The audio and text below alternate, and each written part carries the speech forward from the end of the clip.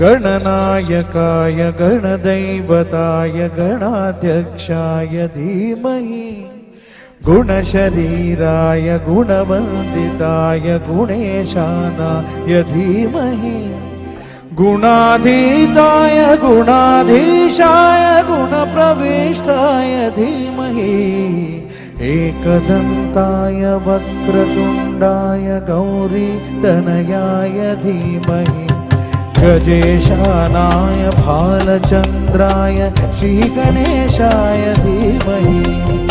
एकदन्ताय वक्रतुण्डाय गौरीतनयाय धीमहि गजेशानाय भालचन्द्राय श्रीगणेशाय धीमहि